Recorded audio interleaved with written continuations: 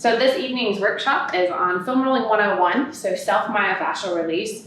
Hopefully we're all going to be here in the building together for April 21st, but thank you so much for tuning in here with us, and hopefully we can learn a few things, and then we'll do a Q&A, a live one a little bit later, and we'll chat about some things. So if we were here in the building, I would have a show of hands, but since we're not at home, I want you to think about what you do prior to working out. Do you stretch? Do you do some cardio? Do you do a dynamic warm-up? Do you actually do some foam rolling? What is it that you actually do?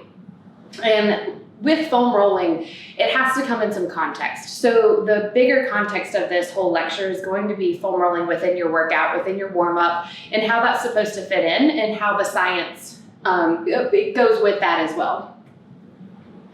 So for those of you that don't know me, I am Amanda. I am our lead therapist here at Physio. I went to Western Carolina University. I'm from Asheville, so I'm one of the few that can say I'm truly from here, grew up, born and raised, and I absolutely love working here at Physio. So we'll go ahead and get started. So basically what we're going to cover some basic physiology, the importance of the warm-up, the components of your warm-up, and then where foam rolling fits into that whole piece.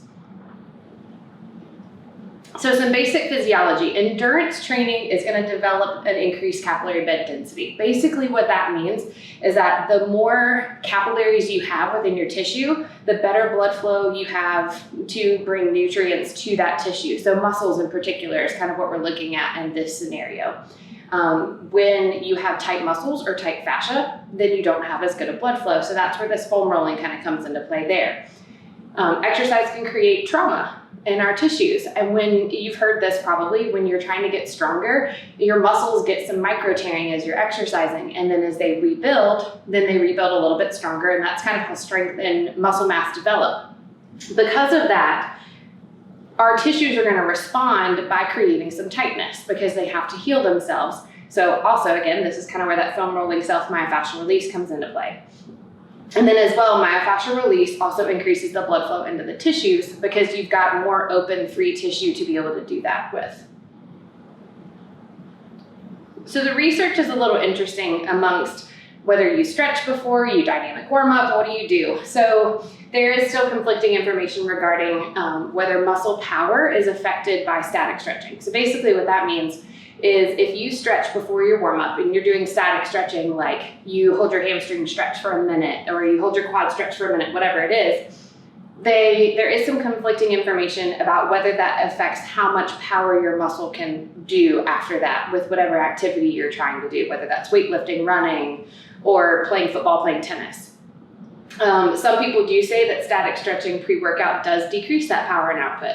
So where we're trying to trend to with most of research is that warming up prior to exercise is actually going to improve performance because you're priming your body for whatever activity it is that you're going to do. So that current trend, like I said, the industry is trending towards a more dynamic warm-up before and then your static stretching after, partly because of that muscle output thing. So, and the other thing that we're also learning is that foam rolling before is just as much effective, if not more beneficial than foam rolling after your exercise, and you can absolutely do it both times. So the order of business, and this is not science, this is just me personally how I do things. I started doing my warm-up and my pre-workout activity like this after working at a strength and conditioning facility in Atlanta with some very high-level coaches who I worked with and they worked with NFL football players, NBA basketball players, very elite athletes. And this is kind of the way we did things, and it makes sense from a science standpoint. So you foam roll first, get everything nice and loose, get some muscles, some blood flowing into the muscles, get them warmed up a little bit. Then you do a dynamic warm up, then you do some muscle activation, and then you go ahead and you work out from there. And I'll explain a little bit of these components as we go along. So the purpose of foam rolling, we've talked about before, is increasing blood flow into the muscle tissue. We want fatigue prevention because of increasing the blood flow into the tissue. And then we want to decrease the fascial tension created by the trauma, like we talked about before. The more you exercise, the more trauma can be introduced into the tissue. And then we also want to inhibit compensatory muscles if needed. So basically what I mean there is like the hip, for example. There's a muscle on the side of your hip called your tensor fascia lata, TFL for short. That's the muscle of your IT band. When your glutes aren't working well, TFL overworks and gets tight, and then your body has this propensity to use TFL instead of your glutes. So if we release that first, then glutes can work better. Or with the shoulder, if we release pecs first, then rotator cuff can work better. So, and we'll talk about a little bit more about that as we go into the actual foam rolling itself. So lower body foam rolling, we want to hit quads, which your quads are in that top left picture. We want to hit hamstrings, top right. We want to hit the calves, bottom left, and then the glutes are going to be in the bottom right. I also say the thoracic region because if you are weightlifting, for example, and you're doing squats, you're doing power cleans, you're doing some of those Olympic style lifts, if your thoracic region's tight, you change what we call the bar path because of like holding the bar on your back. If the thoracic region's not loose enough, then you lean forward to try to hold the bar. So I always think doing the thoracic region is important for lower body as well as upper body. When we get into a little bit later, I'm going to go through the whole lecture and then I'll demonstrate a couple of things for you guys. With upper body, again, we want to do the thoracic region.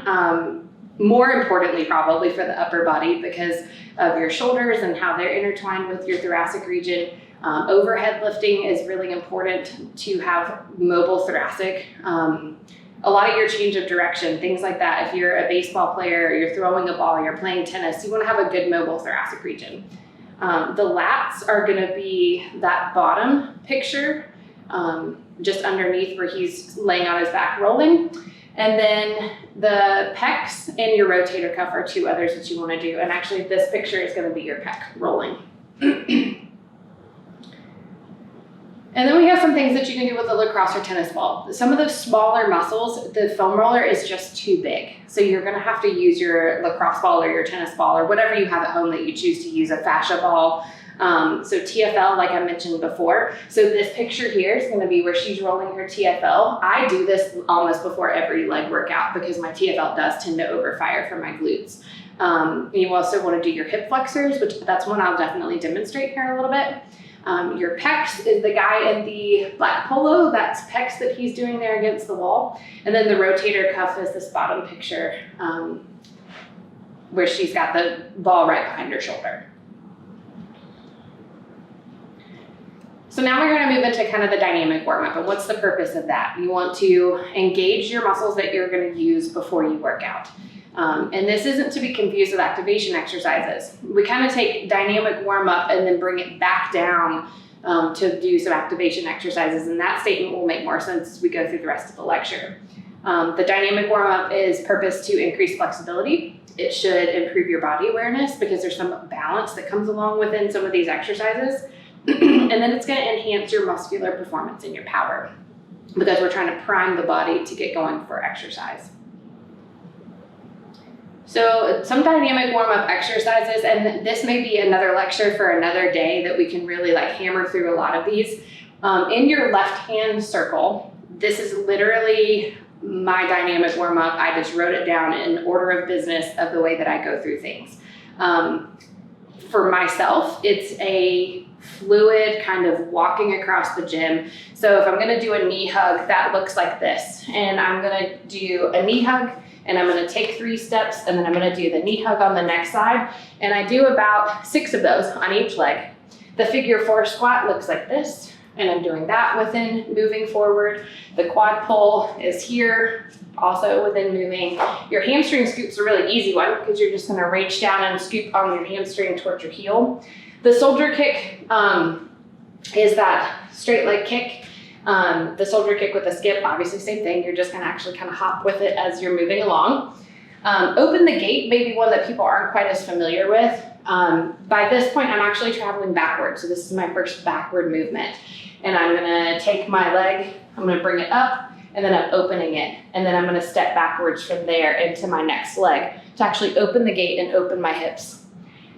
Then you're gonna go into a reverse lunge with a reach and a twist. That one is probably Googleable. I don't know how well you'll be able to see me do it, but you're gonna step back into your reverse lunge, your arms go above your head, and then you're just gonna give yourself a nice little thoracic twist in the meantime, getting everything moving and everything. It helps to stretch your hip flexors and helps to give you a little bit of that thoracic rotation.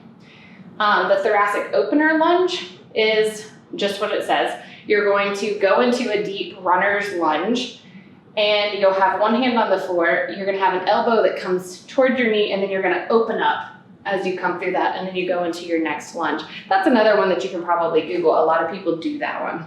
And then the dynamic side lunge is as you step, you're gonna lunge to the side, switch to the other side, and then you keep moving down to the next side. And again, this takes me maybe 5 minutes before my workout. It's about 6 total repetitions, 3 on each side for each one of these exercises. How it was set up when I worked in the strength and conditioning facility, we had turf. So it was about a 20-yard. It was about a 20-yard activity. So each exercise took about 10 yards to complete, and then we moved to the next one. A few extras that you'll see people do: high knees, butt kicks, the skipping series. So if you're a former track athlete, you'll be familiar with A skips, B skips, side shuffles, like that defensive shuffle or slide that you see basketball players do, and then the karaoke, which is where you do the grapevine and braid your legs. Those are all great for balance and just getting everything moving and going. So then with muscle activation, we're gonna take that dynamic warm up and then really hone in on just a couple of muscles that are really good for support, depending on what activity you're trying to do. It takes that muscle engagement during that dynamic warm up just to that next level. It's gonna prime your muscles for compound or some of those high impact movements. And then this is a statement that I make to a lot of people, but we can kind of bring it back into the muscle activation purpose. You're only as strong as your weakest muscle. You're also only as strong as the weakest muscle that's activated. So for example, with shoulder movements or with movements that you're using your total upper body, if your rotator cuff's not working well for you, your whole shoulder and upper quarter is not going to be stabilized as well. If you're doing jumping movements, running, squats, things like that, if your glutes aren't working well for you, specifically one of your smaller gluteus medius, then you're not going to be as strong, you're not going to be as stable in some of those movements. So for the lower body, we really want to focus on the hips. So we're going to do some ball squeezes, bridges or clamshells. If you have been a patient of mine and you have come in from anything for the back down, you know what a clamshell is. Fire hydrants are another one, donkey kicks. Again, a lot of these you're going to be able to Google and see pictures of them. Standing hip abductions, so you're standing and kicking to the side, hip extensions. You can use a band, you don't have to. Crab walks are your side-to-side walks, preferably with a band around your knees. Monster walks, you're taking it kind of forward at an angle or backward at an angle with your band around your knees again.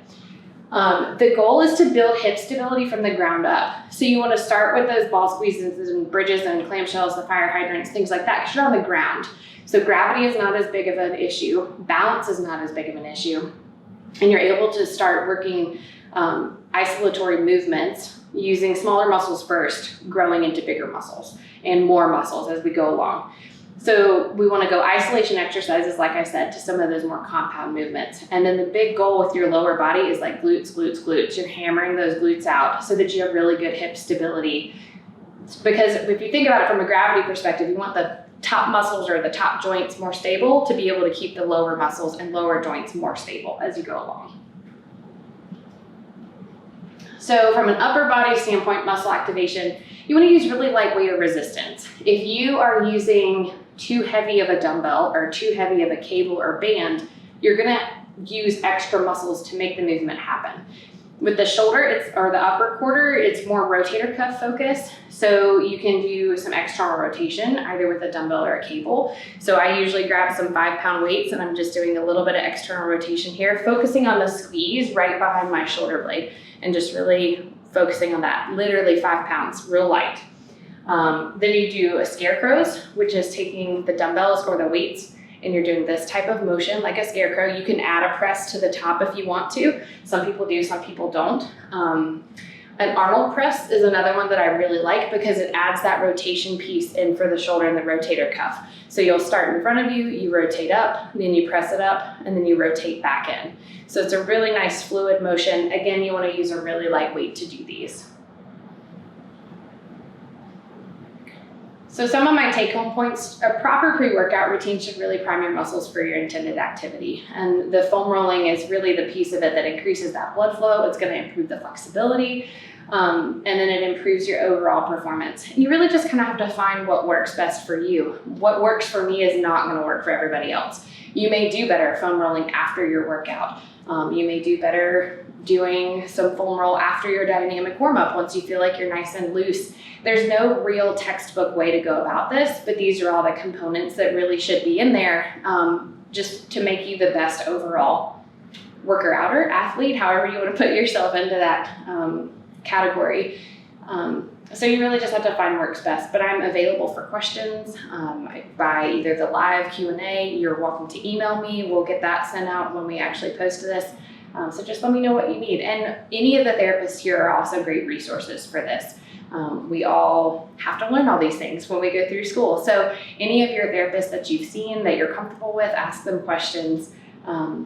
Yeah, just find what works best. Thanks for tuning in. I really appreciate it. There are some website, just some references where I pulled some of the information from. Go read, learn, do things. Again, if you have questions, let me know. And just thanks. Thanks for tuning in, and hopefully we'll be here April 21st.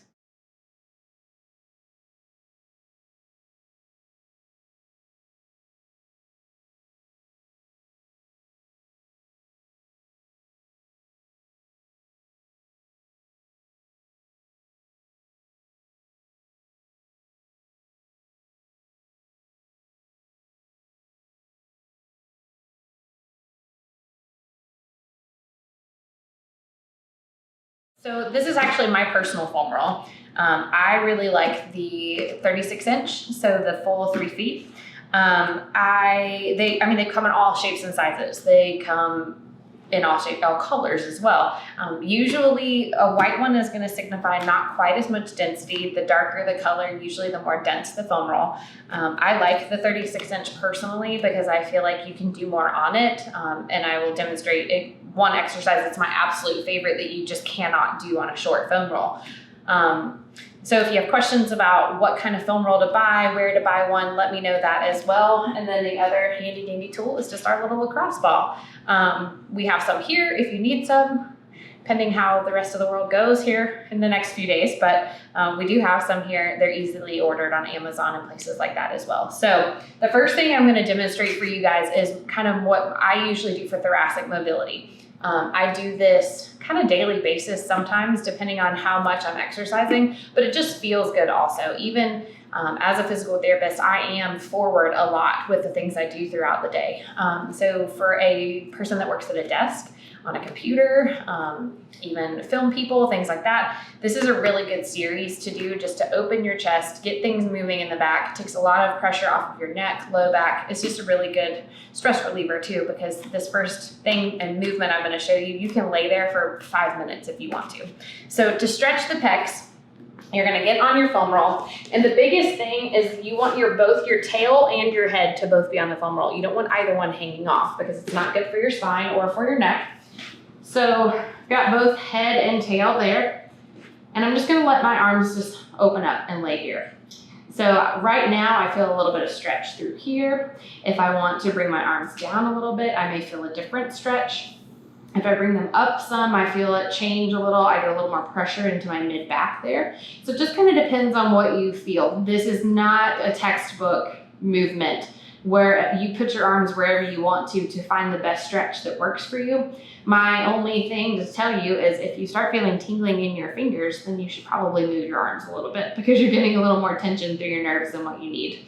So I'll lay here 2 to 5 minutes, depending on how long I need to feel like things have relaxed. And then I'm gonna do what I call scissor arms. So I'm just gonna take one arm at a time, nice and slow, let that stretch, and then switch to the other one. The bonus of this is that my core is having to work so that I don't fall off my foam roll. So you get a little added bonus. So I usually do about 10 on each arm of that, and then I'm gonna do some snow angels. So I'm gonna try to trace my fingers along the floor and keep my hands touching as best as I can. And what is happening here is the foam roll is acting as a lever, pushing up as my shoulder blades are rotating. So I'm kind of getting a little self-massage back there, feels real good. And I'll do about 10 of those, about this speed, just kind of slow and controlled, and just really taking advantage of getting more mobile. So once I've done that, then I'm going to get off of my foam roll and I'm going to turn it. Depending on how stiff I am, sometimes I do what I call thoracic crunches. So if you're like me and you have long hair, make sure you're getting it up because it's not comfortable to roll over your hair. So you want to take a little bit of back and then come back up. Nice and gentle, always support your head and neck. And then you can kind of roll down to your next spot. Sometimes you might get some pops, sometimes you don't. Just depends on the day, depends on how stiff you are. So I'll work my way on up my spine. Your biggest rule of thumb here, you can only put the foam roll where you have ribs. So females, if you imagine where your bra line is, a couple inches below that. Males, it's gonna be kind of that bottom part of your rib cage. You don't wanna go too much below that, just for sake of your lumbar spine. So after I've done that and I've worked my way up, then I'm gonna go ahead and lift and I'm actually gonna roll on out. And again, you wanna only go to the top of your shoulder blades and back to that place where you have ribs, so just below that bra line. And I just got a nice little crunch. What I typically do is as I'm coming down, I'm gonna flatten out. As I roll myself up, I'm also gonna kind of curl up and flex in the meantime. What that's doing is opening the vertebrae to allow for a little bit more mobility and a little extra stretch in the thoracic spine. So while I have my foam roll here, the other thing I wanna demonstrate for you guys is if you're gonna do one leg and you're gonna roll the quads. I have a little pet peeve. You hear about everybody saying, roll your IT band. Please don't roll your IT band. The IT band is actually a non-contractile tissue. What that means is it doesn't have any elastic property. Your IT band itself is not gonna actually give. Now, your quads, however, you've got quad in the front, but then this big lateral quad muscle actually is in front of and extends behind your IT band just a bit. So when you're rolling it, you wanna be, right now I'm on my bony bump on the side of my thigh. You don't wanna be there either. You only wanna roll up to that point because there's a bursa there. And if you've ever heard anybody talk about trochanteric or hip bursitis, you don't wanna get that and you'll give yourself that by rolling over it with your foam roll. So you wanna rotate yourself forward just a bit to be off of that IT band. My other big pet peeve with foam rolling is you see people oftentimes just roll and roll and roll and roll. You're gonna make your tissues really angry doing that. So what you wanna do is I usually start the foam roll more down towards my knee to where I can roll myself more down. And as I go, I'm gonna slowly go and I'm gonna find a tender spot and I'm gonna hold it there. And true myofascial release, what should happen is as I hold myself there, then as my muscle releases, then I'm just gonna slowly start to rotate and just roll on down that foam roll. And your body will do that naturally. You don't have to force that. If you're holding your tender spot and it is really tender, then back off of it a little bit. Hold more weight into your arms. Try to relax your muscle as best as you can. And if you don't feel like the muscle's releasing after holding that position for, 2-3 minutes, then come off of it. Give it a break. Don't make it angry. Don't bruise it. It's not worth it. You'll be able to build up tolerance to this the more that you do it. It's gonna start out really tender. So what I do sometimes if my quad's extra tight and extra tender, I just bring my foam roll on top instead of having my body weight on my leg and just work using my arms to find that tender spot and do some self-release this way. It works just the same, it's just not as aggressive.